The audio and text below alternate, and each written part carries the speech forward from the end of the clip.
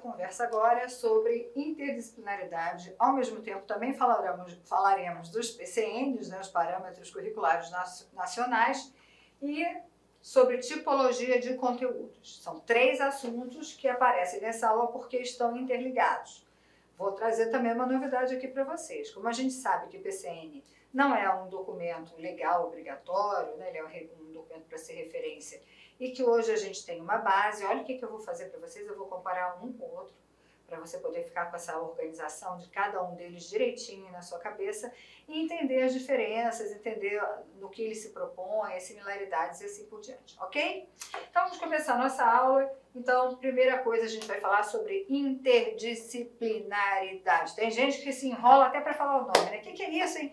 Interdisciplinaridade. Repete comigo. Interdisciplinaridade. Pois é o que a gente vai fazer primeiramente. Então, eu vou trazer aqui a visão de alguns autores, que são aqueles autores que estão presentes nos concursos, para você poder saber o que eles dizem. Não tem nada de muito diferente não, tá? É só para você se habituar com o vocabulário e com as palavras que eles usam para se referir a essa situação. Vocabulário, gente, as expressões, o que a gente usa no campo da educação, é muito importante que você conheça, porque essas palavras te ajudam a matar a questão rapidamente. Então, olha só.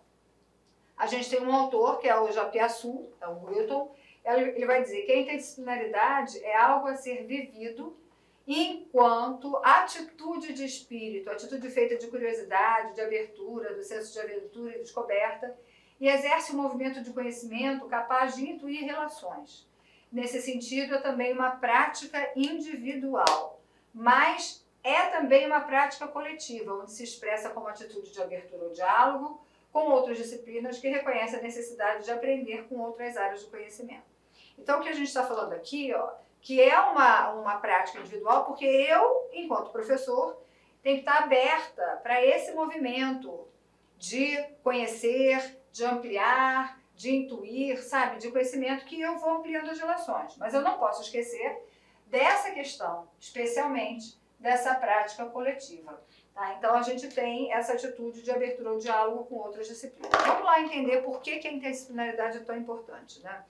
Porque a experiência que os alunos têm com os conteúdos escolares são, prioritariamente, experiências fragmentadas. Fragmentadas porque a gente vem trabalhando com a lógica de áreas de conhecimento, né, ou de disciplinas, né? Então, você tem um currículo formado por 8 disciplinas, e você tem essas disciplinas, e além dessas disciplinas você tem também os conteúdos que correspondem a cada uma delas, né? E na nossa prática é isso, né? Então o aluno vai ter tem lá os tempos escolares organizados, de 5, 6 tempos por diários. Então ele tem lá a primeira aula de matemática, aí ele abre a caixinha da matemática, depois ele vai ter uma aula de geografia, seja do que for, completamente desconectada daquela realidade, então ele fecha a cabecinha de matemática e vai para a geografia. Aí daqui a pouco volta o professor de matemática, porque tem que compor horário, né? E ele vai tendo esse conhecimento fragmentado, e ele não consegue dar cola, sabe? Relacionar os conhecimentos é muito mais difícil. E aí os conhecimentos acabam perdendo todo o significado. Eles não conseguem identificar. Eu vou dar um exemplo meu mesmo. Eu custei identificar, eu tinha horror à geografia, gente, olha que loucura, né? Hoje eu gosto.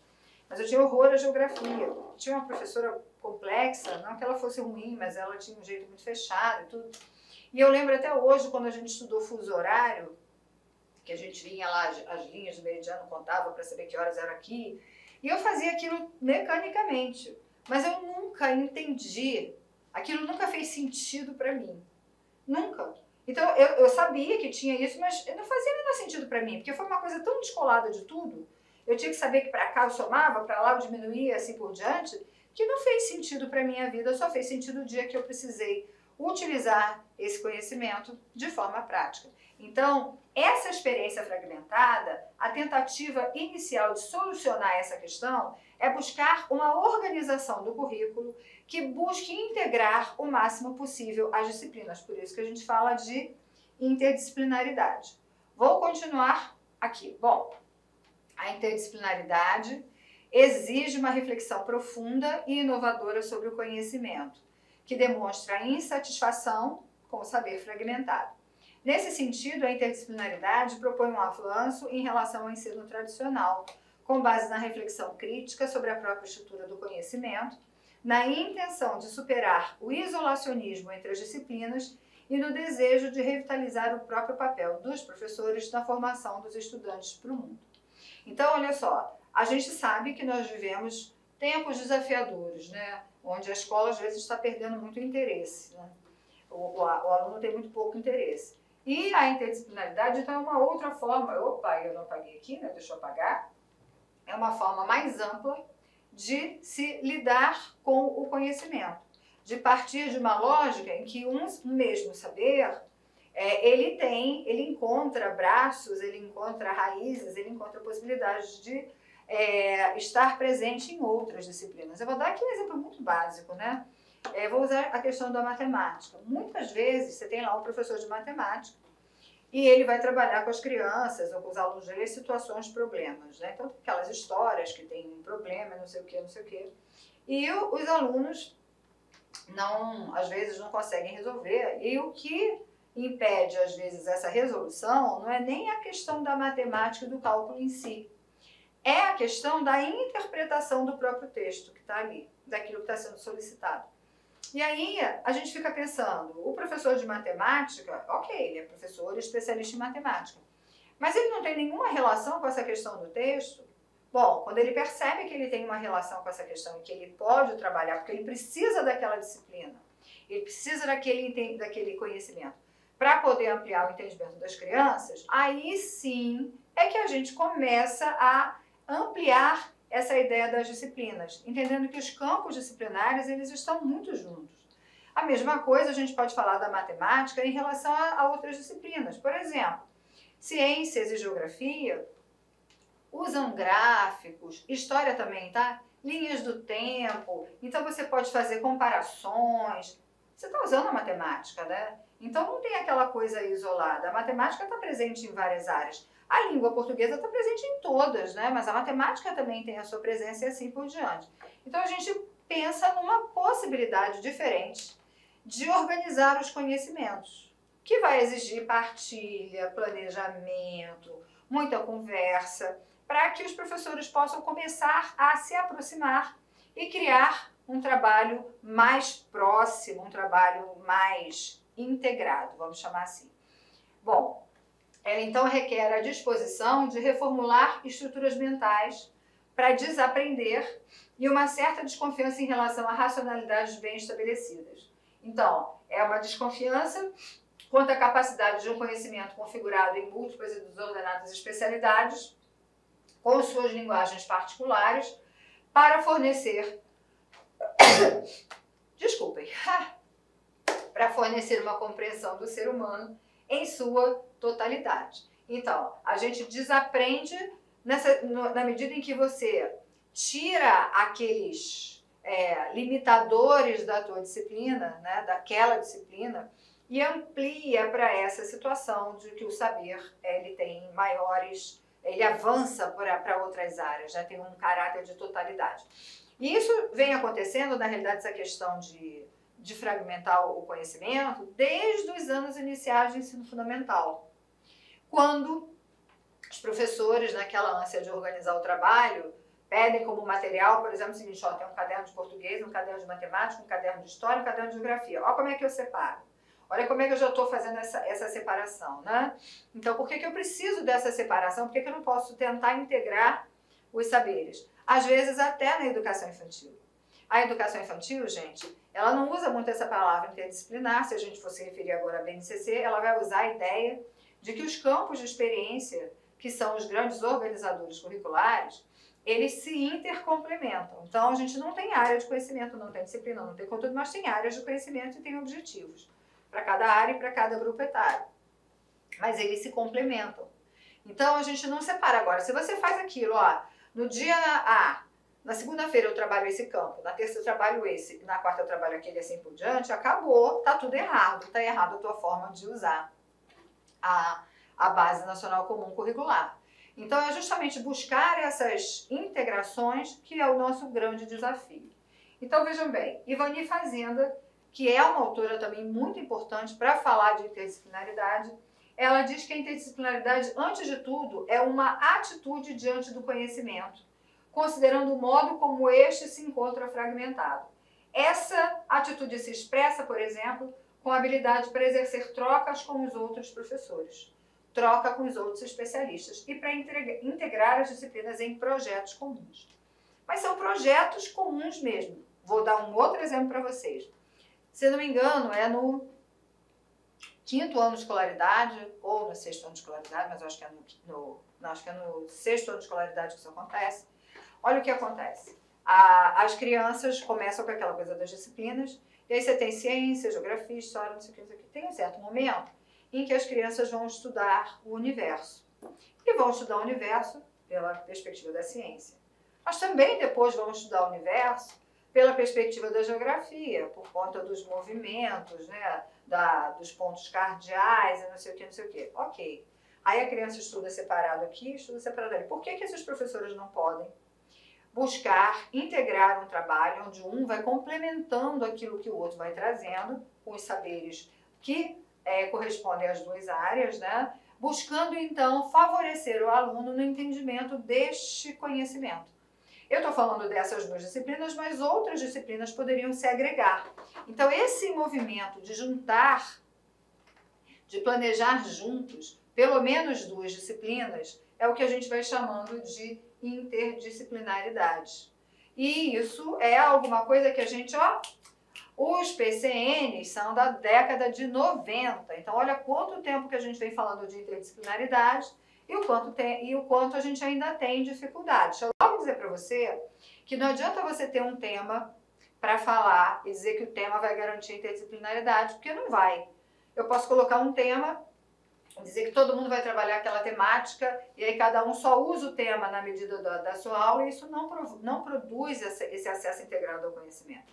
Porque eu vou continuar vendo o tema só naquela perspectiva.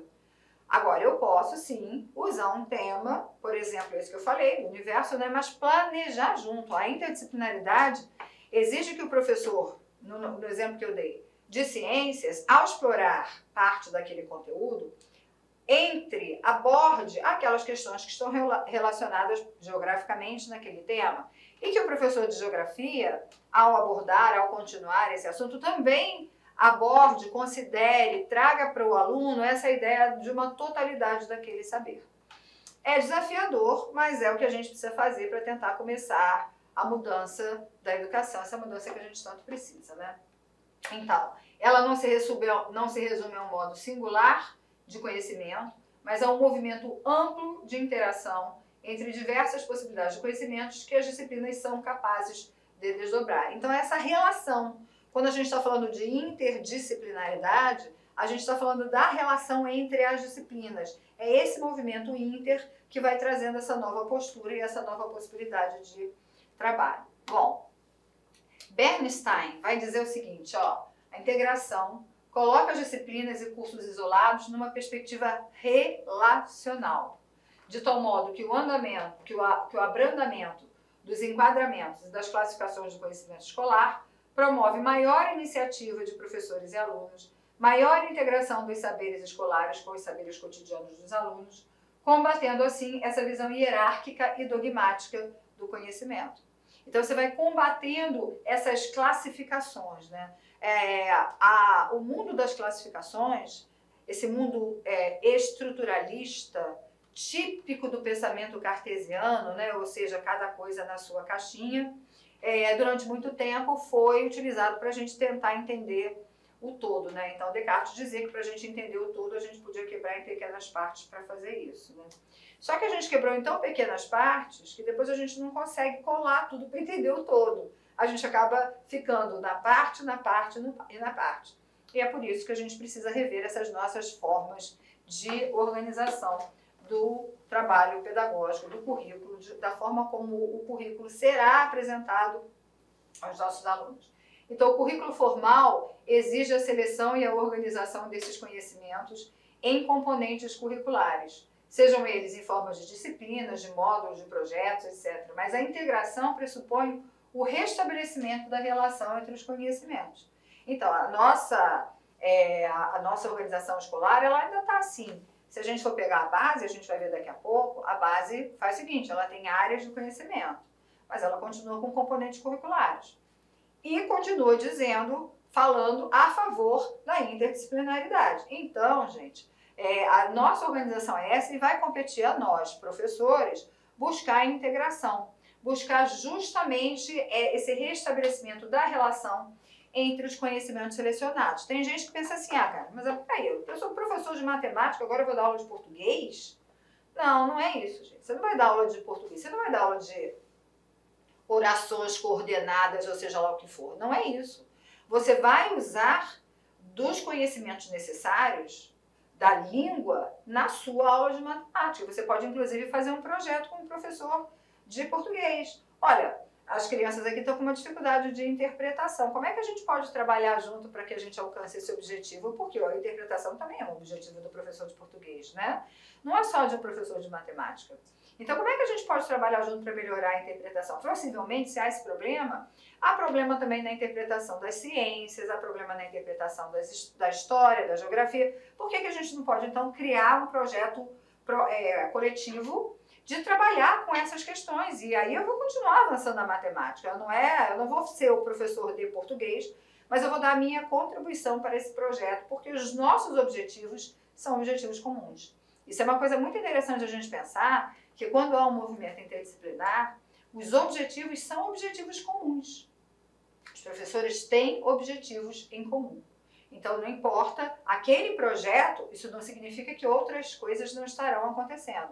Mas naquele projeto vai trazer então essa ideia de objetivos para todos, objetivos comuns. Bom, a interdisciplinaridade como método é a reconstituição da totalidade pela relação entre os conceitos originados a partir de distintos recortes da realidade, isso é, dos diversos campos da ciência representados em disciplinas. Isso tem como objetivo possibilitar a compreensão do significado dos conceitos, das razões e dos métodos pelos quais se pode conhecer o real e apropriá-lo em seu potencial para o ser humano.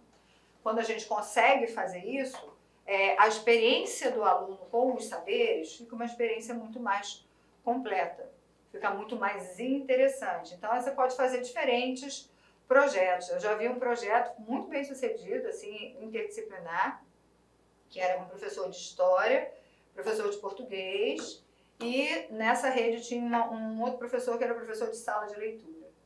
E era aquela ideia de história geral, né? Então, história geral vai falar da antiguidade, às vezes é tão distante, né, da realidade dos alunos. Então, eles fizeram um projeto coletivo. Então, na sala de leitura, estavam disponíveis livros que abordavam essa temática, mas esses livros podiam ser livros, inclusive, literários, e que estavam lá expostos. O professor de história trabalhando usava essa questão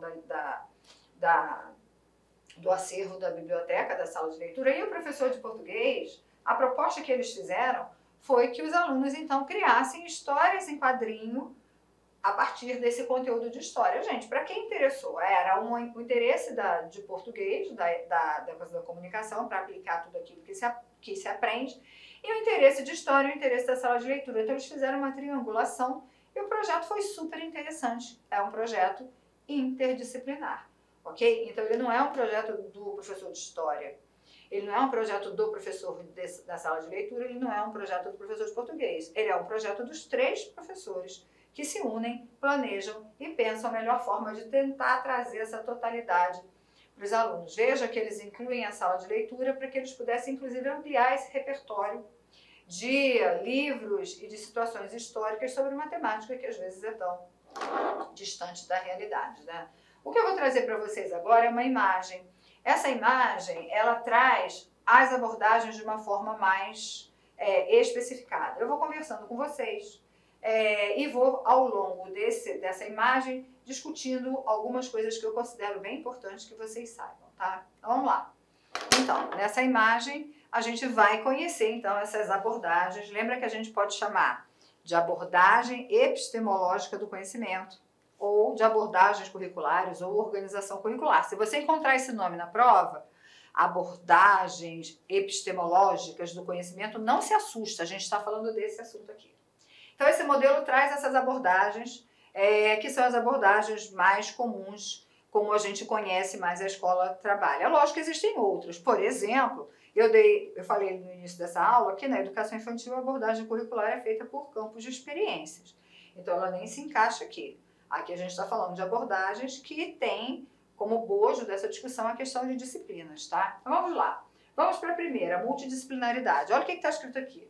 Sistema de um só nível e de objetivos múltiplos, nenhuma cooperação. Então essa ideia é aqui, ó, tem várias disciplinas, um professor para cada disciplina, o professor vai lá, dá sua aula, vai embora, não sabe o que está acontecendo na sala, na disciplina do outro, não tem noção do que o outro está trabalhando, é aquela coisa, tem muita gente que gosta, né, fala assim, é tão bom ser professor que eu entro na minha sala, dou minha aula e pronto, ninguém se mete, vamos embora.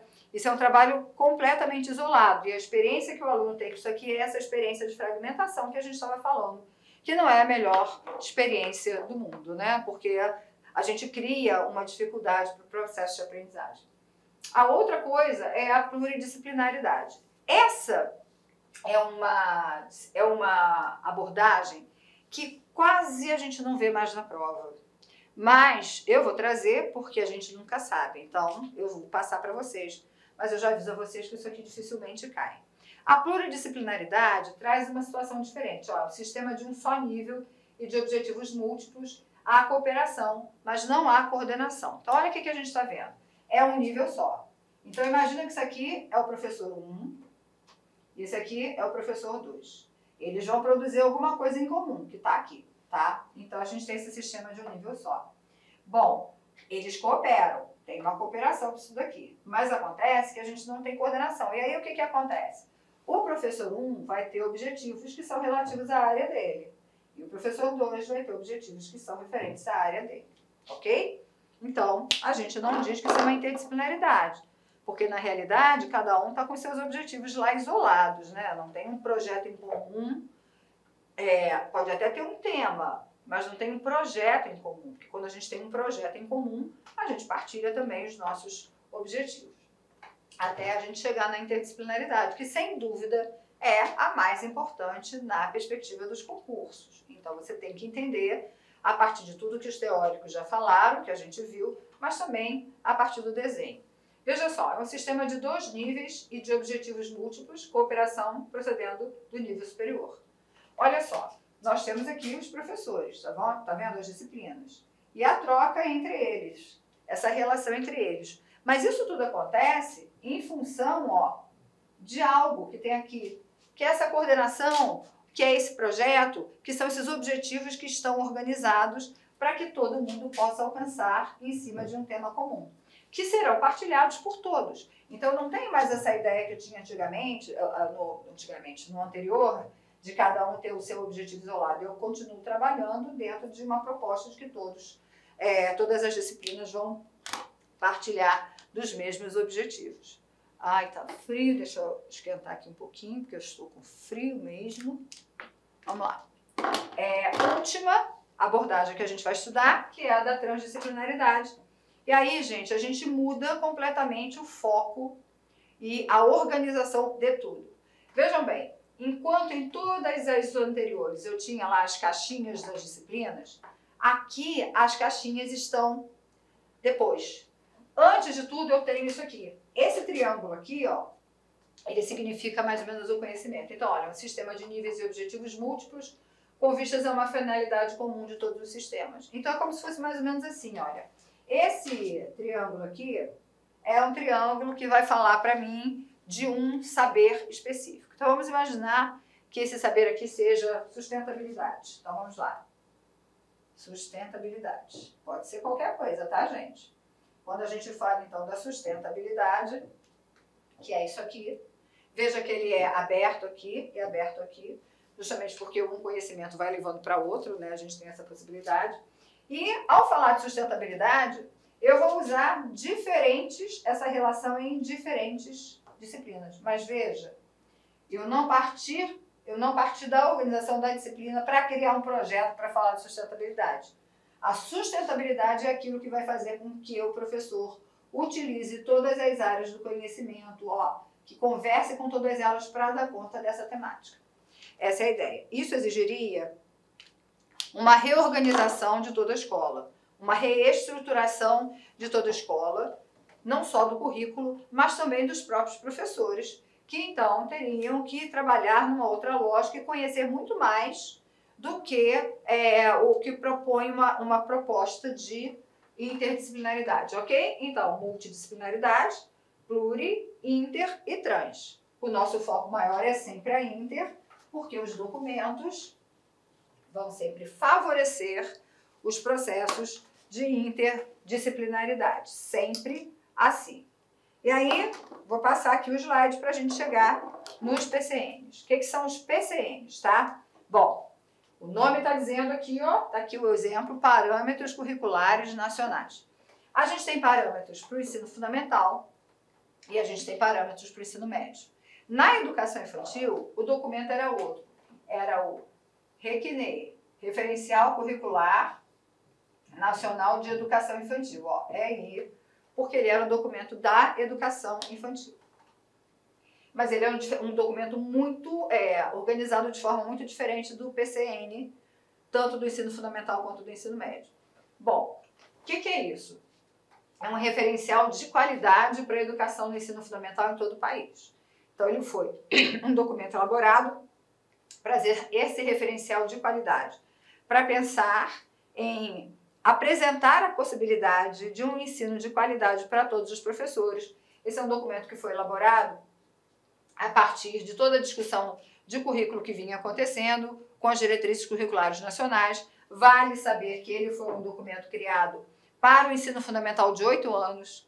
A proposta de mudança do ensino fundamental para 9 anos foi posterior e, portanto, ele não se encontra exatamente organizado para a realidade das escolas atuais, tá? Mas ele é um documento importante porque ele tem ali situações importantes, inclusive ele vai falar de metodologias, ele vai trazendo pesquisas que também já estão datadas, né, já se passaram, mas que vai dando informações importantes para os professores. Por que ele foi pensado? Pensa que é para todo o país. Hoje, a gente tem muito mais facilidade de divulgar conhecimentos, de conhecer as coisas em função da internet. Mas, na década de 90, não era assim.